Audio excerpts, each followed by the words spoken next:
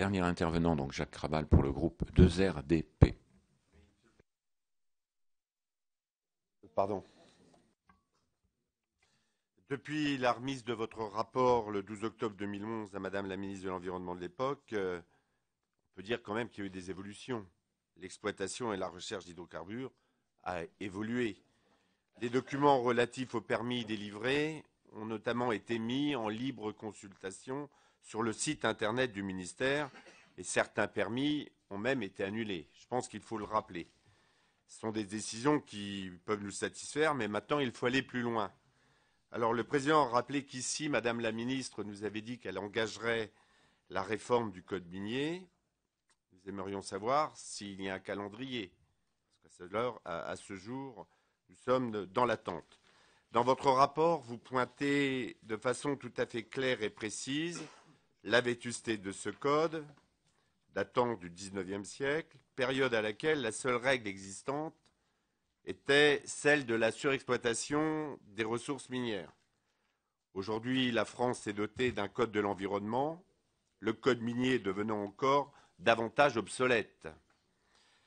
L'article 3 de la Charte de l'environnement, comme ça a été rappelé, dispose que toute personne doit, dans les conditions définies par la loi, prévenir les atteintes qu'elle est susceptible de porter à l'environnement ou, à défaut, en limiter les conséquences.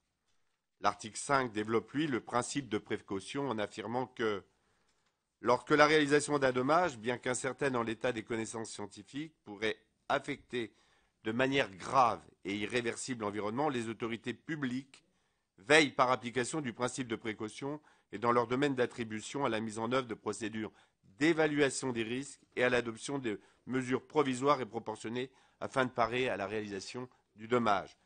Et vos propositions vont dans cette direction. Et c'est une satisfaction. Nous notons également qu'une réelle ouverture vers le grand public et une gouvernance environnementale plus forte concernant le droit minier.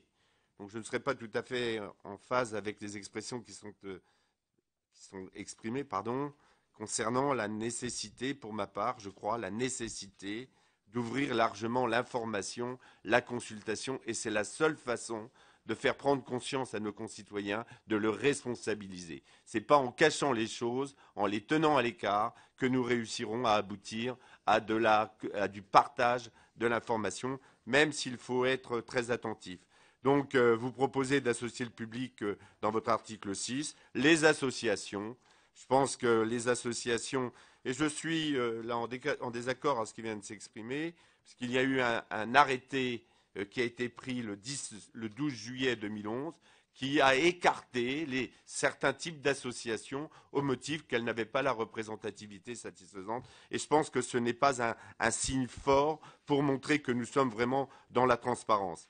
Ainsi, si l'exercice de droit comparé et le rapport que vous avez remis il y a un an constituent une base importante de travail, certaines questions subsistent.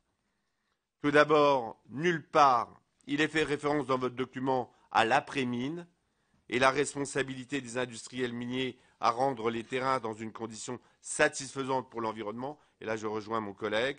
Par contre, c'est ce qui est demandé pour les carrières, pas toujours facile à obtenir, mais qui apparaît dans le code. Ensuite, concernant l'exploitation d'hydrocarbures offshore sur plateforme pétrolière, vous ne posez pas la question de la capacité du dédommagement par les industriels en cas d'accident grave.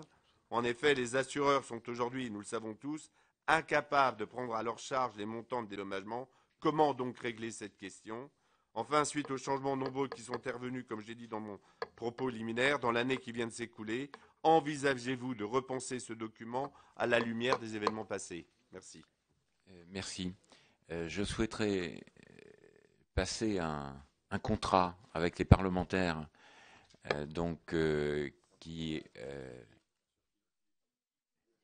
contrat avec les parlementaires qui souhaitent poser une question à Maître Arnaud Gossemont.